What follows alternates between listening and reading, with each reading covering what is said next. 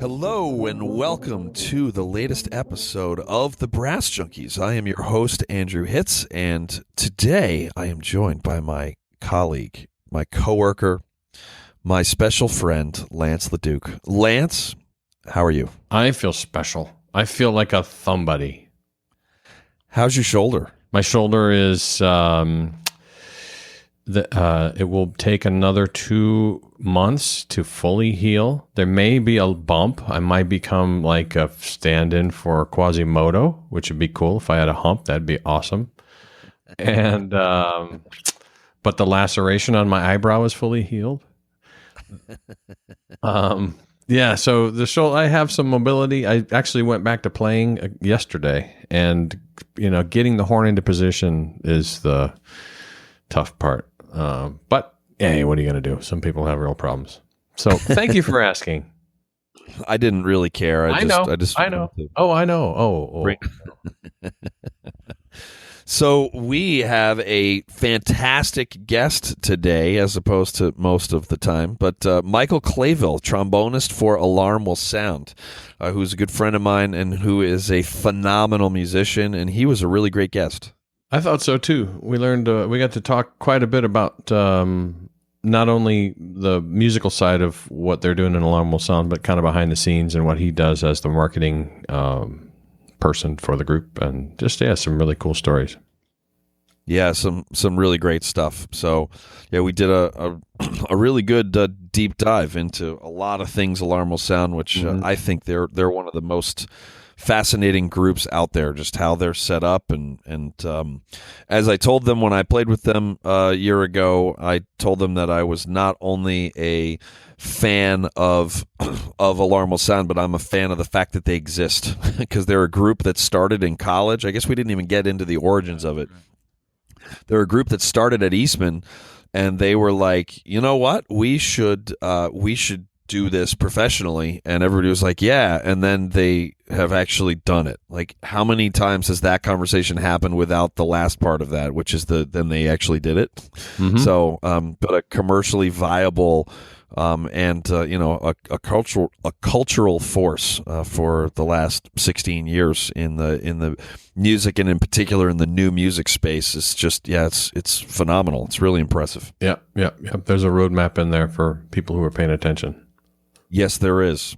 So I need to thank Parker Mouthpieces for providing the hosting for the Brass Junkies. Parker Mouthpieces offers fine, customizable component mouthpieces for horn, trombone, euphonium, and tuba, including the Andrew Hitz Artist Model tuba mouthpiece and the Lance LaDuke Model euphonium mouthpiece. It's not the Artist Model. I don't know why. And I don't know why I enjoy pointing that out. I do. Find out more at parkermouthpieces.com or follow them on Facebook, Instagram, and Twitter. What about the Pappert people? Where are the Pappert people? You didn't like my Twitter song? No? Whatever. Okay, so in fact, thank you to the Mary Pappert School of Music at Duquesne University. In fact, they've just re-upped as sponsors for another year, which is awesome. And thank you so much to especially the brass department. If you click on the link in the show notes, you will be taken to a page specifically designed for fans of the show, to give you an idea of what's going on at Duquesne University with regards to the brass area, what kind of ensembles you can play with, and what the teaching faculty, who the teaching faculty is. And a special thanks to Jim Nova. I think that's how you say his name. Is that right? Jim? Is it Jim? Nova. Jim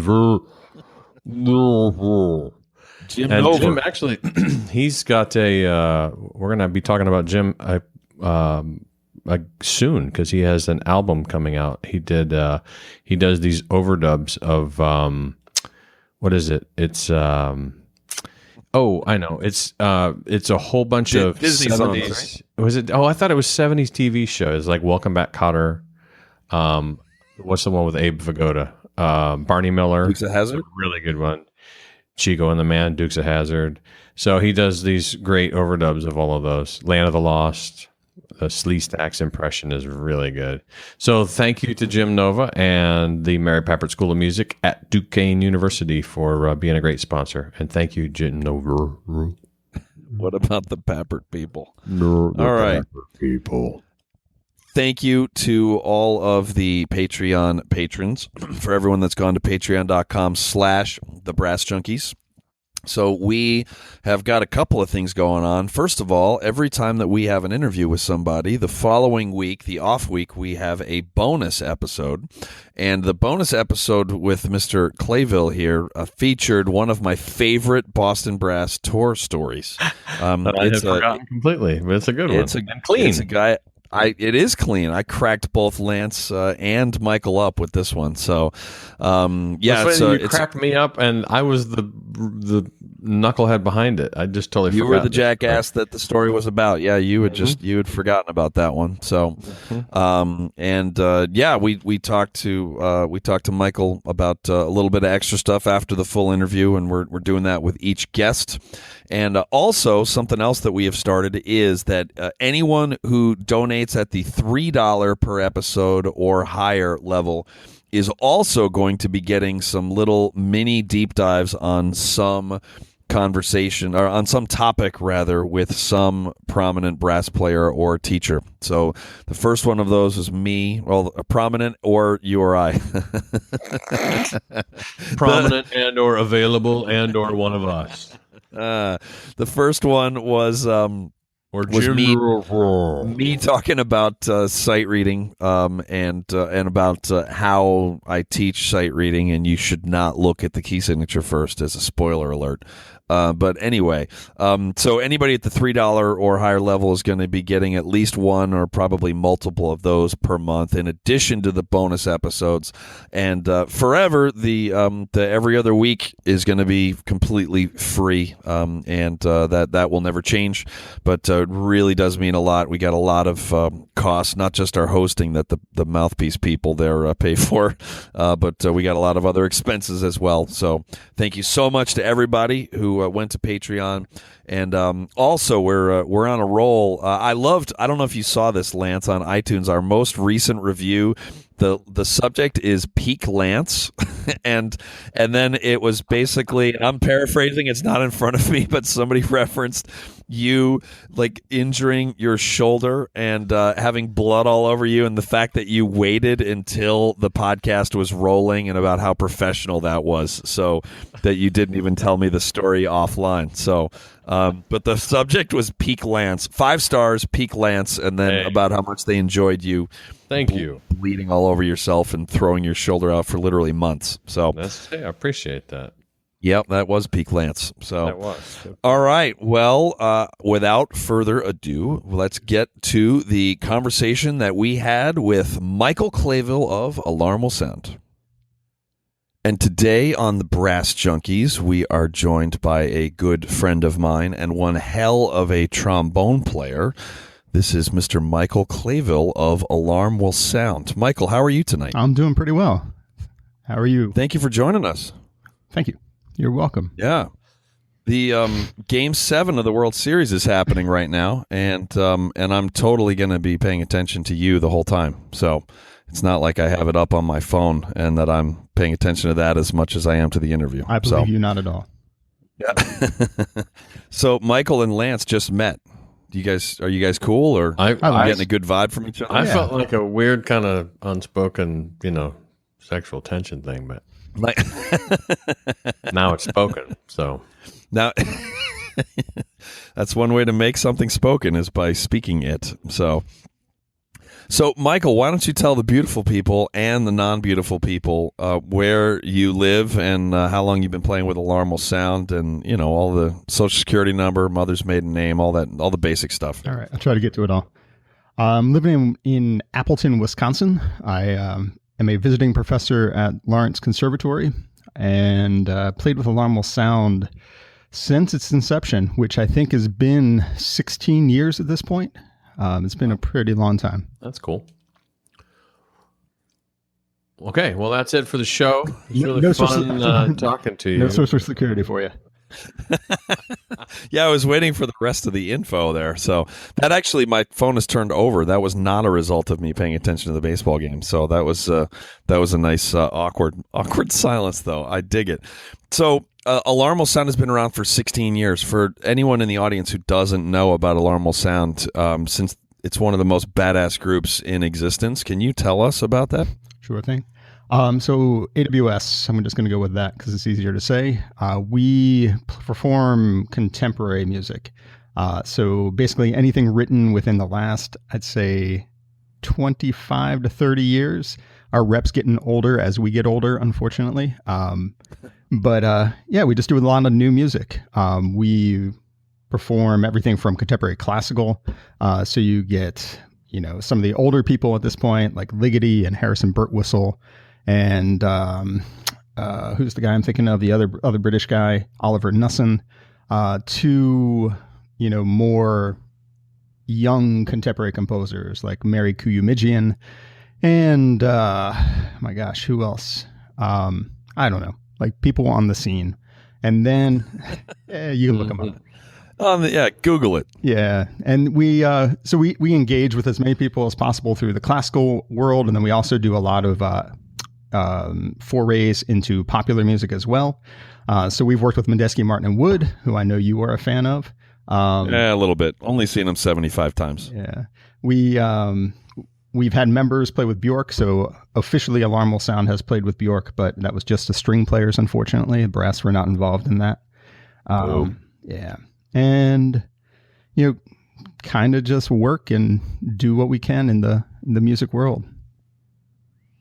And what's the, for lack of a better term, how's that group organized? Okay, how big is the group, and is there a central location? I know the answers to some of these, but just let's unpack how that band works, because I think it's a pretty cool and unique structure and organization.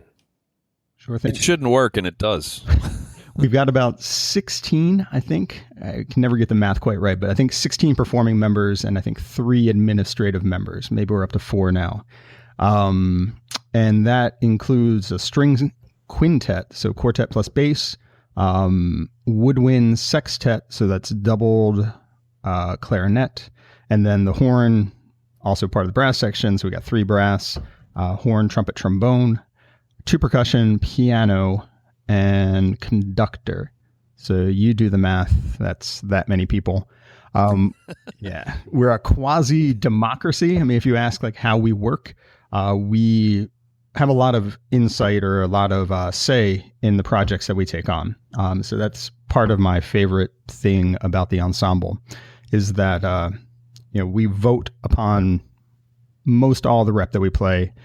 We can suggest projects. We get to make a lot of decisions about where our future is going. That must be both messy and wonderful. It is. With that many people, democracy becomes increasingly difficult the more voices you have. Mm-hmm. And so we struggle with it. I mean, it's not something that comes easily to us. We try to keep everything like on a voting basis, but in the end, there are going to be certain decisions that are made that are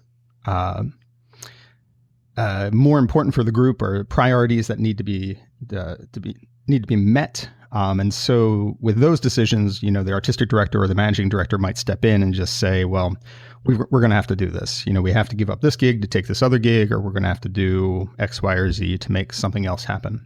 Mm-hmm. So it's a lot of conversation, and the communication level is pretty high in the group. We keep talking and we keep working things out.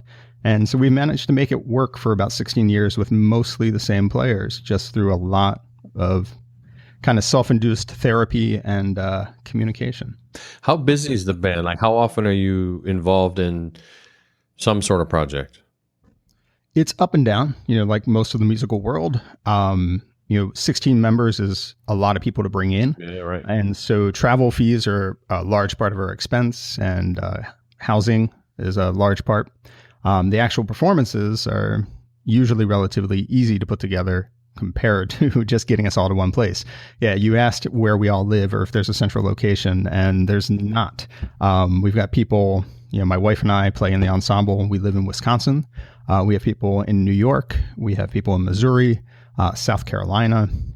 So we're kind of all spread out all over. Yeah, I'm not sure.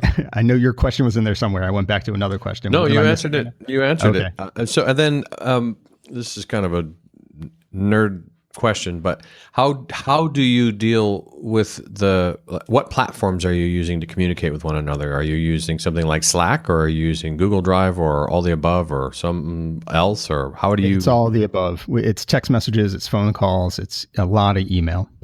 Just a whole lot of email. I probably received maybe it's like any organization. It's like working in a conservatory or working at a school. We get emails constantly from each other saying like, hey, how about this project? Where does it stand? What's going on here?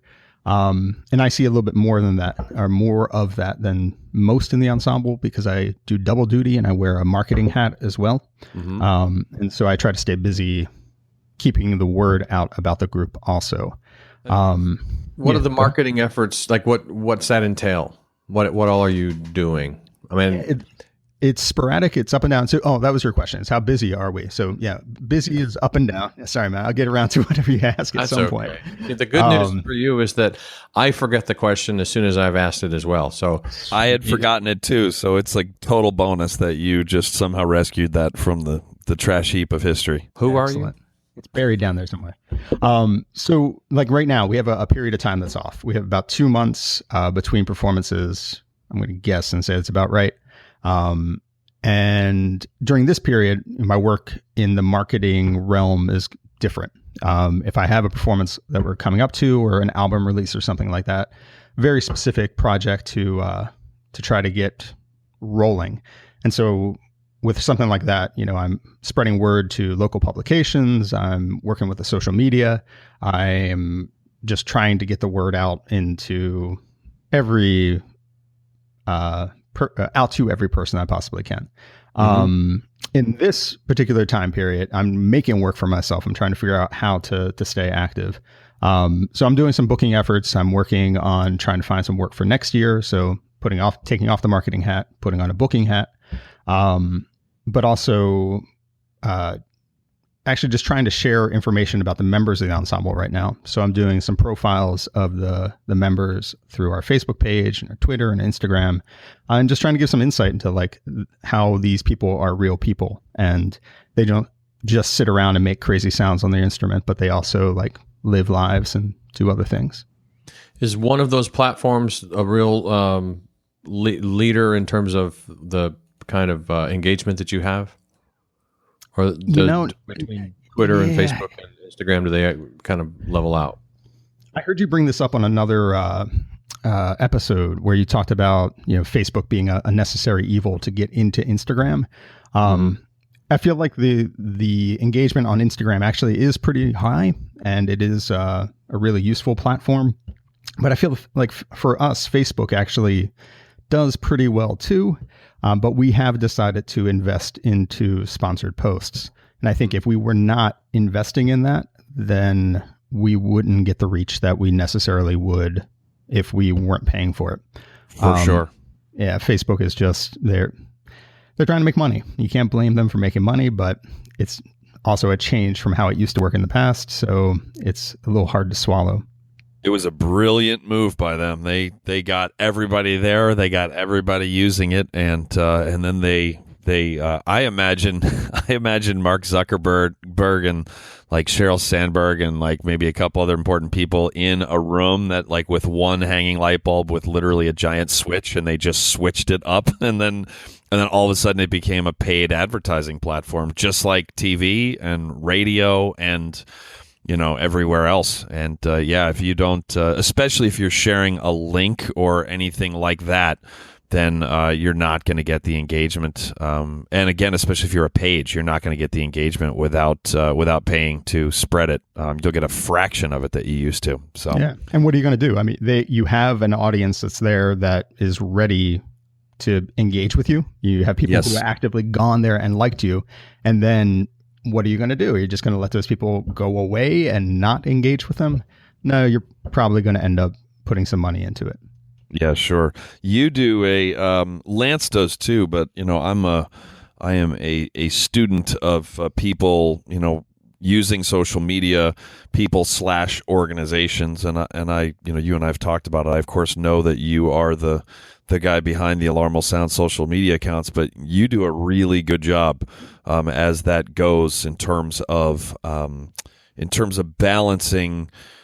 Promoting your own stuff, but you're really good at engagement. Can you talk a little bit about your philosophy behind how you go about that? Sure, man. It's an evolving philosophy. So, initially I treated the platforms very similarly, but the users have kind of made the platforms what they are through the years. And so your user for Twitter is going to be a person who is a little more callous to getting lots and lots of information. So for Twitter, I post a lot. I try to post several times a day, and I try to do things that are just relevant to my musical world and to Alarmal Sound's musical world. And so we like music that's complicated. We like music that's sophisticated. We like music that's a little different, things that you aren't going to hear every day probably. And so I try to engage with those types of things. And so Twitter is like more of a constant stream, constant feed type of thing.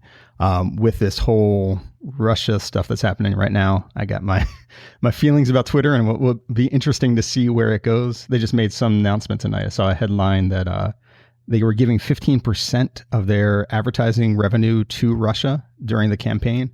So we'll see if they have any ramifications from that. Facebook, on the other hand, is a little less tolerant of constant information, I find. And especially if I'm going to be throwing money at it or putting money into sponsoring it, I'm going to want to sponsor things that are relevant to the ensemble. So with Facebook, I'm a little more choosy, a little more picky about what I actually put there. And I try to do things that are pertinent and relevant to Facebook. To Alarmal Sound. And then Instagram is kind of a mix of the two. I have the two accounts linked, so whenever I post on Instagram, it goes to Facebook. But kind of like 7 times out of 10, I find myself running over to Facebook and deleting the post because it's not one of those Alarmal Sound centric. Here is like critical information about an upcoming performance or X, Y, or Z. So Instagram, actually, there's like some leniency. I put up a lot of things that are not specifically about a performance or something. So more like Twitter. So that's my general scheme for those. YouTube's a completely different thing. The social aspect of that I find less useful, but the actual content management part of it is exceptional. Mm-hmm. That answer was awfully illuminating because anybody who is really good at social media campaigns, either for themselves, not even campaigns, just is good at social media, is self-aware enough and aware enough to notice that the different platforms have different audiences and to be, interacting specifically with each of the audiences, which of course that Venn diagram, there is some overlap between your Instagram audience and your Twitter audience, but there's also a bunch of people on Twitter that are, not overlapping with Instagram. And furthermore, there are a bunch of people that there's overlap, but that they're looking for different things out of those two different platforms. So I'm not at all surprised to hear your answer to that question. Do you have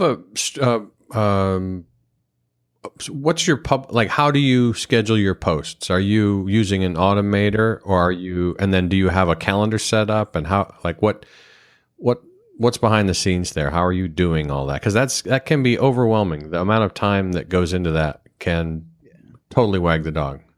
So I use Buffer. I pay for the lowest level account on Buffer. I think $10 a month. Yeah. Gives you 100 posts that you can buffer. And I use that for Twitter and usually for Instagram, occasionally for Instagram, not all the time. And I'll make the calendar out of that. Recently, it's been less so. I've been involved with more projects at Lawrence Conservatory. I've been doing other work. And so my posting schedule has not been as on point as it has been in the past. But when I'm doing it correctly, that's the route I take. I wanted to ask you or just comment on the John Adams album that you folks came out with. When was that? I'm looking at the news and events. Let's see. I'm looking at your site. Not that long ago, right? May of last year. That's a guess. So I saw Gavin last June at Dave Cutler's Savvy Musician thing, and he gave me a copy of it. And we're in a time where Andrew and I have asked countless people why they bothered to make a CD anymore, and you came up with a spectacular explanation. And the format for the album, I think, is awesome, and I was really blown away by it. Would you unpack? Well, I guess maybe, maybe you played to this crowd, I guess. So, would you mind explaining what the album is? Sure. So the album Splitting Atoms, I just looked it up. It was in April of last year, or of this year. Sorry, April of this year. So it's the two chamber symphonies of John Adams. First, it's just called Chamber Symphony. The second one's Son of Chamber Symphony. And then we teamed up with Meet the Composer, which is Nadia Sirota's podcast, to do background on the two pieces. And say Nadia Sirota, it's also Q2 and WNYC. They all partnered together for that.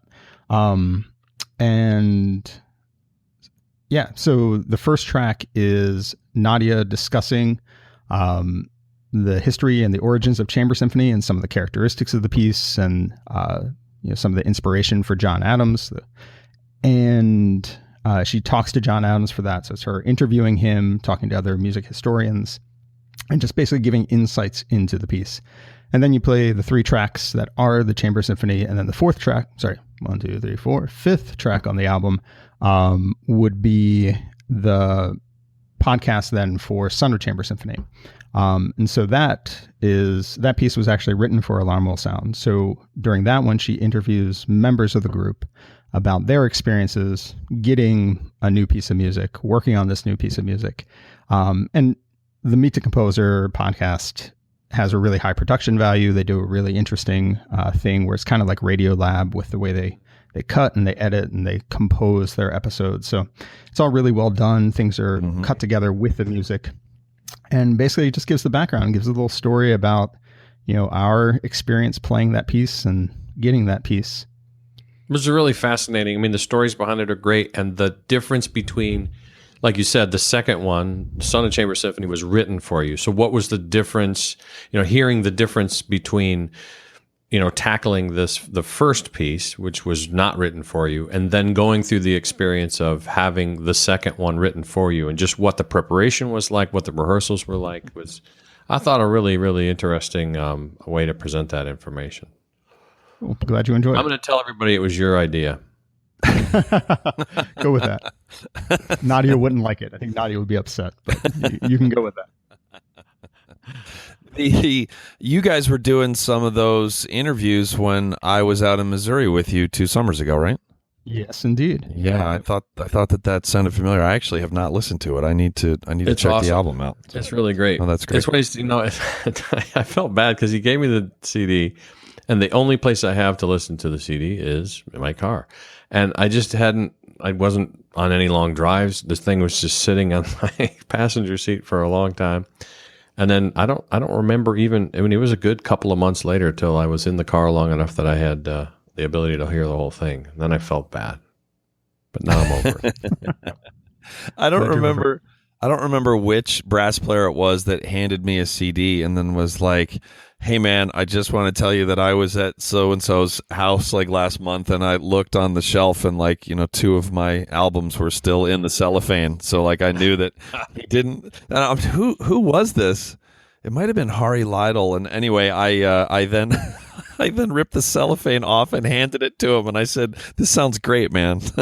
It's like just in case he ended up in my house. Yeah. So, I've got to.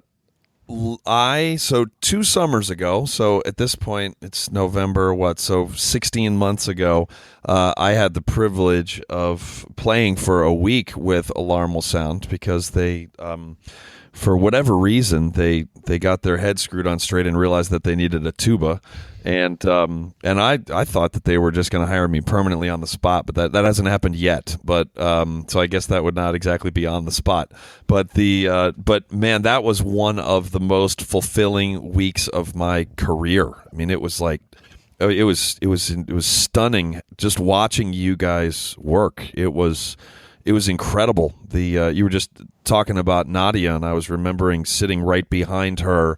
And the ears, and Alan has one of the best sets of ears of any conductor I've ever worked with. And then Nadia right in front of me, the ears in that room were just incredible. And the music was really hard.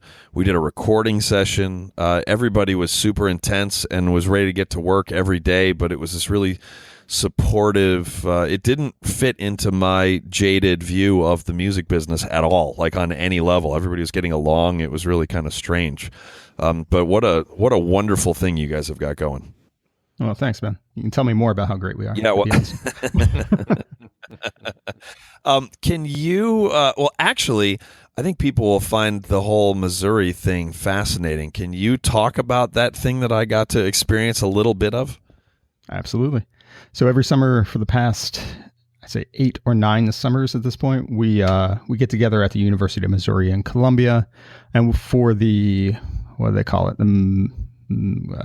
God, I just know the website, Composers Festival, Mizzou International Composers Festival. That's the official name.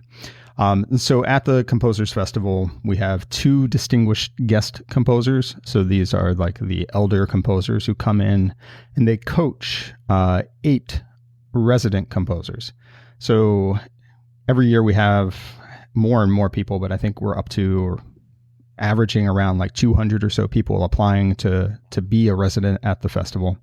And out of those 200 or so, we select 8. The selection process is done between Alarm Will Sound and faculty from University of Missouri. And we try to come up with like a diverse range of composers. So people working in different styles, people from different walks of life, people from different backgrounds. And then we get 8 new pieces from those people. And so these composers, most of them tend to be people graduating from undergrad or going into some professional position. A lot of them are going to take teaching positions the next year. They write new works for Alarm Will Sound. So everybody's doing like an 8 to 9 minute piece using our instrumentation. We get that music ideally about a month in advance, and we look at it on our own. And then we come together for a week prior to the festival, and we spend 8 hours a day rehearsing that music. In addition to repertoire that we do on another concert, which features music by the distinguished guest composers, plus whatever else we find to fill out the program. And so it's a lot of labor. It's a lot of work, but it's probably one of the more fulfilling things that I do every year. It's really great to meet all these new composers, all these people who are interested in writing for us and wanted to work with us. And we've ended up with some incredible music out of the collaborations. So one of the composers in residence 2 summers ago was Oscar Bettison, and I knew he and I were going to hit it off when within 2 minutes of meeting him, he and I were talking about Guns N' Roses albums. Excellent. So yeah. Do you know he wrote his dissertation on funk music? I did not know that, but that does not surprise me. I was playing some Bootsy Collins, and he was like, "Bootsy." I was like, yeah.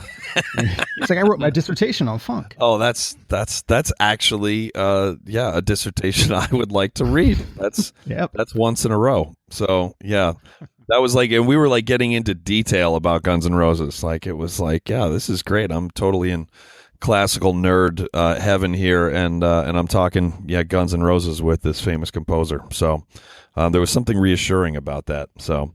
And also the whole like living together basically for that week of rehearsals in the middle of nowhere was also really surreal. Can you talk about that?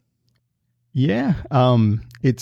We call it band camp that first week. The second week is the work week, but work is still in quotations.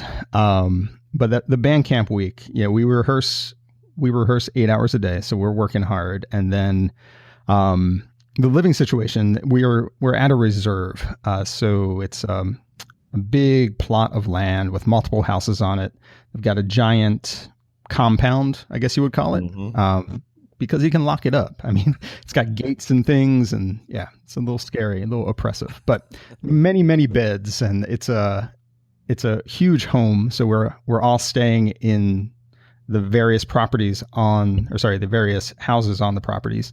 And then we were rehearsing down at a lake where they've built this incredible, I don't know what you would call it, just incredible home with all glass windows and beautiful views of the lake. So acoustically, maybe not the most ideal situation, but just for quality of life, it's actually a really great place to be. And so we use that time to rehearse, to play, but to also like let off some steam and to hang out. We've known each other, like I say, for 16 years or so for most of us. And the people who have come in later on are just as much family as the people who have known each other for the entire time. So we met as students at the Eastman School of Music. And so this is the one opportunity that we have to come together during the year where like we can kind of just really reconnect and find out how everybody's doing, and maybe have a beer or two and some cigars and maybe another beer or two after that. Yeah, everybody's eating all their meals together. I mean, it was crazy. It's like, can you imagine that, Lance? It's like 16 people who are voluntarily spending all of their time together. It was for like 2 weeks. For like 2 weeks. It was crazy. So, yeah, the first day I was like, oh, they must be trying really hard for all of us subs. And then it was like the second day, I'm like, no, they can't still be trying. The third day, I'm like, what's this, like Stepford? Like, this is weird. Like, what's going on? It's like, wait, they all actually like each other this much. So, but yeah, it was really great. So I got to hear about playing with MMW. On Facebook, my religion is listed as John Medeski. Who's the keyboardist for Medeski, Martin & Wood, and they're some of my favorite musicians in the world. So how did that collaboration come about? I think the actual origin of it was through a percussionist who used to play with us, Peyton McDonald. I think Peyton knows John through some channel or other, and John apparently came to Peyton and said, I'm really interested in doing something with a large ensemble, with an orchestra. And Peyton talked about Alarm Will Sound, and they discussed the possibilities there. And basically what ended up happening was we had a program of works made, composed by members of Alarm Will Sound, by ex-members. So Peyton wrote a piece for us, and then by Billy Martin and John Medeski. And so we ended up with this fantastic program that we performed twice. We did it out at the Newman Center in Boulder, and then we did it at the University of Colorado. Newman Center in Denver, and then the University of Colorado in Boulder. It was all recorded. We've got it down somewhere, and I think, knock on wood, it's going to be released sometime in the next 6 months. Oh, wow. Awesome. We'll see what happens with them. Yeah, I'm excited about getting that out into the world. But the pieces are great. John Medeski wrote this piece for us that is a real hodgepodge. I mean, parts of it sound like Shostakovich. He's got parts of it marked like play like a high school jazz band. It's a wild ride. It's parts of it are Stravinsky. Like, wow. It's incredibly thoughtfully constructed music. Oh man. Yeah. So we got a range of things, and it was a really, really awesome project to be a part of. And similar to you guys, they're just a great hang. All three of those guys are really quality humans. Darn straight. Yeah. That was a great time. Wow. Incredible. I'm still pissed you didn't use tuba, but whatever. It's okay. We'll get you out there as much as we can. No, I just specifically want MMW. So, that's, but you should totally rewrite the whole rep for tuba. Hell, I'll sit there with a tuba in my lap. I won't even play, and you won't even have to pay me. How's that? I'll just get a good seat. I'm used to counting rests. I'm a damn tuba player. I mean, it's like, I bet I'm better at counting lots of rests than any of you are. So there's that. So come on, Lance, speak up. How the hell? How would you measure that? How would you know if you were right? Well, see that's why I like making bold proclamations that I can't possibly be proven wrong on. So that's the key. So. It's contemporary music, though. You can't tell anyway, right? That's the Good point. Yeah. See, that's the thing. That's the terrifying thing about Alarm Will Sound, though, is like, you guys have got, I don't even know what the hell you call 13 notes over one beat. And, it's like, and then you listen, it's like, holy crap, the viola is playing exactly 13 notes in a beat. Like, what is going, like, my brain, like, could barely follow some of the stuff that you guys were successfully pulling off. Like, how? Hey, I have students that do that all the time. It's all about intention, though. Intention. Oh, on purpose. Sorry, my bad. What, I doubt you had a timer on, but can you think of the hardest piece that you ever had to prepare for Alarm Will Sound, and how long it took you to prepare it? So you mentioned the 13 over a beat thing. We did a piece last summer by Georg Friedrich Haas, who is an interesting character unto himself. You should look him up. So Georg Friedrich Haas, AA. And the piece is all crazy divisions of the beat. It's all quarter note equals 60. I think there's 1, 2, 4 measure in the entire 15-minute piece, 18-minute piece. But it's all 4/4. But within every beat, you have subdivisions, for the trombone part at least, subdivisions from 6 up until 11, I want to say. And you're never playing all of the notes in the subdivision. Holy moly. So it'd be a lot easier if you had like a subdivision of 6 and you're doing all 6 of them, or 7 doing all 7, 8 doing all 8. But no, so you got like crazy divisions or crazy things to pick out within those subdivisions. And then on top of that, like the notes themselves are crazy. Intervals are extremely wide. They're kind of intuitive. And so you got to expect the unexpected. And so with that thing, I started that thing at half tempo. I worked my ass off. I put together a click track that did all the subdivisions for me, so I could just like turn that part of my brain off and just play the notes. And I worked for many months. We actually paid like the extra rental fee to try to get the piece early so we could have extra time with it. There were a range of emotions that went through the ensemble. Everything from like, I'm going to work my hardest to try to play exactly what's here, to people saying like, it's going to sound like a mess anyway, so I'm going to come in and do my best. Well, it seems like they actually had the right idea. We got to the rehearsal and Haas was there for the second rehearsal. So after we had banged our head into the wall for the first rehearsal and just really, really worked hard, he came around and he's like, well, I'll also add, like, he has a real reputation for being a stickler for what he wrote on the page. So his reputation is that he wrote it, he wants it. But he came in and he's like, well, this piece is very different than every other piece that I've written. He's like, this is, some pieces are like Italian cooking. He's like, this is more like French cooking. This is like a cassoulet. It's like everything is mixed together and I don't want to taste any one ingredient any more than any other ingredient. So basically it's just like a sound field. Like he wants this miasma, like this mesh of notes. And there's a harmonic progression to it, and it's beautiful in its own way, actually. It's still a bear, even if you're like not going for perfection. Basically, he explained it. What he wants is like, the subdivision would go from 6, 7, 8, 7, 6, 7, 8, 9, 7, 8. And so a gradual speeding up and a gradual slowing down, and then speeding up faster and slowing down again. And so he just wanted that impression. He wanted that sort of feel using the notes that he had on the page.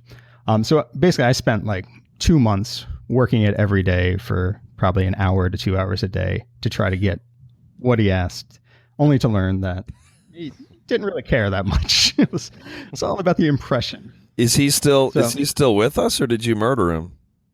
Oh God, man. Now he is a sweetheart, actually. He is a really nice guy. That doesn't matter. In that situation. That doesn't matter. Wow. I figured that there was going to be a story that made you chuckle before you answered, and that's exactly what happened. Well, there's another one. I'll throw this one out there too. There's another piece by this guy, Richard Ayres, British composer. It's called In the Alps. It is an awesome piece. If you ever get the chance to hear it / play it, go for it. It is a beast to play, and it is really fun. It's about this plane that crashes in the Alps, and this baby is on the plane, and the baby is raised by the animals there, and the baby is a soprano vocalist, and she's imitating the animals by doing these like 2-3 octave leaps and doing goat sounds and cricket sounds, and it's crazy. There's a tuba part, which is like the voice of God. I think it's Zeus or something toward the end of it. Talking. Fantastic, like notes like you would not believe, just like really crazy cool. Now the bass trombone part. So at this point in my life, I owned a bass trombone maybe for like 2 or 3 months. I decided to like get a bass trombone because I figured it would make me a better person. So you were a bass trombone owner at this point. Exactly. And our you performance was make you a better person. Wait a minute. I was trying to bass trombonists, right? Let's replace better with employable. It made me okay. Now we're getting this altruistic bull crap. Yeah, there you go. All right, good. I'm good. Better person. So this performance was at Carnegie Hall. Oh, geez. And so this was my first time playing the bass trombone in concert, and it was going to be at Carnegie. And the part is insane. There's a moment where the entire band cuts out. The tuba comes in with the bass trombone. Bass trombone's on a pedal B, so like lowest note you can play basically, at like 3 Fs. And at this point, my range was such that maybe I can make that note sound, but at 3 Fs, maybe not. I can play it, but I don't take requests for volume or duration or start or end. I like it. I promise you, I got it. I made it work. But there's also like a gigantic trombone solo. And so like during that, around the tuba solo moment, there's a big storm section, like all the great composers. So you got Beethoven's Storm and Rossini's Storm. Well, Richard Ayres has a Storm. And the trombone part is rhythmically crazy, just like most everything we play. So it's broken triplets across beats. So, you got like an eighth note and then an eighth note triplet across the beat, and then ending with another eighth note right afterward. And again, weird leaps going all around. That goes on, builds in intensity, gets more and more crazy until the end of it is just this raucous 16th note run from like pedal F below the bass clef all the way up to C up in the treble clef, and just like nonstop, huge scale, triplet 16ths. And so like I work my ass off on that. I practiced, this is my premiere on the bass trombone at Carnegie Hall. And I think I did all right. Composer came up to me afterward. We're at a bar, and he says to me, he's like, that sounded pretty good. I was like, thanks. Like you wrote a beast of a trombone part. He's like, well, like you didn't actually have to play all of that. Like, what are you talking about? He's like, I wrote this for an ensemble in the Netherlands. And I wrote it for the ensemble. They told me that they had a really good bass trombonist. And so I was supposed to write something really hard for the bass trombonist. So come to find out, he had written it for Brant Atima, who is like virtuoso, like over the top technique, bass trombonist. And he's like, Brant actually had some problems with it too. He's like, all you had to do was just talk to me. He's like, I could have cut some notes for you. It's like, you asshole. Like, you talked to me beforehand. But you can't really email every composer with a hard part before and be like, so just making sure, do you need me to play all of this? I mean, like that kind of makes you look like an ass. Exactly. How much of this can I leave out? Yeah. could you highlight? What are we talking here? Could you highlight the important notes, and then I'll do my best on everything else? Wow. So I learned a lesson. I learned that like the stuff on the page is like an opening offer. I can make suggestions at that. That's point. how I treat changes, actually. Yeah. So, like the bridge, if I get it, then it's helpful to whoever's soloing over it, but it's not required. So yeah, whatever works. Well, can you tell us a little bit about what you're doing at Lawrence University? We're going to change gears here before we run out of time. Yeah, man. I'm a visiting professor here at Lawrence. I coach chamber music. I teach an entrepreneurship class with a dean, Brian Pirtle. Yeah, basically stay busy with that. I coach brass ensembles and brass sectionals, and I've got some mixed chamber ensembles as well. So, how long have you been doing that? That has been 2 years now. And how did that come? Was there how does that happen? What forces came together to make this gig? So I moved here from Pennsylvania. I've been teaching at 2 small liberal arts schools in Pennsylvania. My wife is the flute professor at Lawrence. So I moved out to Appleton to be with her. And smart man. Yeah. Yeah. You get it. And so, with conversations, conversations with Brian, looking for opportunities to engage with the school, we came up with this plan. My entrepreneurship background, you heard me talk about all the social media and stuff. Mm-hmm. I bring the marketing stuff into the entrepreneurship class and work with the students on whatever they're passionate about, whatever they think they want to pursue. It's a mutually beneficial arrangement where I get to run my mouth and they get to listen. Are the entrepreneurship classes required, or are they electives? They are electives, but they are probably one of the more popular electives at the conservatory. Pirtle's got a great big old brain and a lot of cool ideas, so I bet he's fun to co-teach with and work for and with. Yeah, he's got a really experiential. Unless you hate his guts, in which case we'll just move on. No, he's good people. That would have been great if Michael had just said, "Yeah, I really liked him when I first met him too." You would think. Yeah, I got to plug 2 things. One is that Brian Pirtle was episode 6 or something of TEM, and that's one of my favorite episodes from The Entrepreneurial Musician. His story is insane. It's crazy. He was a trombone player, and then he ended up playing the didgeridoo seriously and getting a doctorate, which then led to him being one of 7 full-time employed ethnomusicologists by Microsoft, and now he's the dean of a conservatory. So, right? And then the other one that I really have to plug, because it's one of my most quoted by me in future interviews and future TEM episodes, and it was 113 episodes ago, is Michael and Gavin Chuck from Alarm Will Sound in episode 3 of TEM, and we'll link to both of them in the show notes. It was so early, I didn't really know what the hell I was doing, but both of you it was just really, really a great interview with all the business stuff and how Alarm Will Sound is structured, and that was the first time I had ever spoken to Gavin, and it was I was knocked out by him, and have since appeared at his class at Northwestern, and he's awesome. But yeah, your episode TEM3, check it out. Those guys, you killed it. Yeah, really good stuff. So speaking of killing things like chops, I'm sure that you have heard about our dear friend Jens Lindemann, who accidentally killed his chops by playing too many low notes one day. And so I'm wondering if you might be able to offer. You're such a level-headed and thoughtful person that I thought maybe you could offer some good advice to Jens during these very trying times.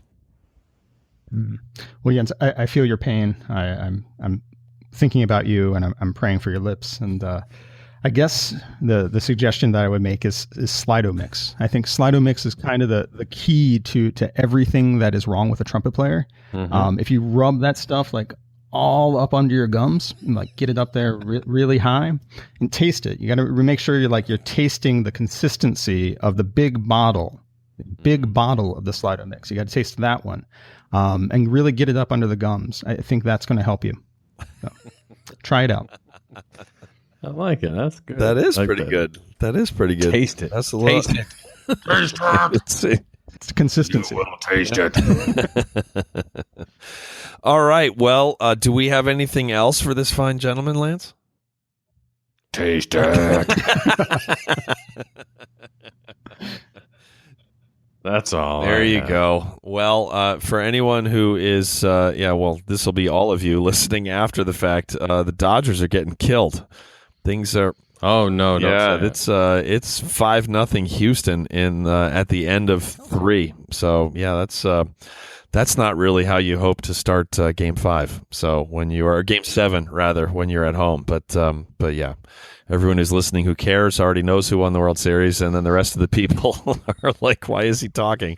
So, but hey, if you're listening to this podcast, then you need to be used to me saying stupid crap that really isn't helpful to anybody. So, well, we are going to have... That's helpful. We are going to have Michael stick around for a few extra minutes for the Patreon patron-only bonus episode, which will come out exactly 1 week after this one does, as we always have one of those. And you too can get access to all of the back bonus episodes if you join us at patreon.com/thebrassjunkies. So, Michael, thank you so much for joining us. This has been really fun.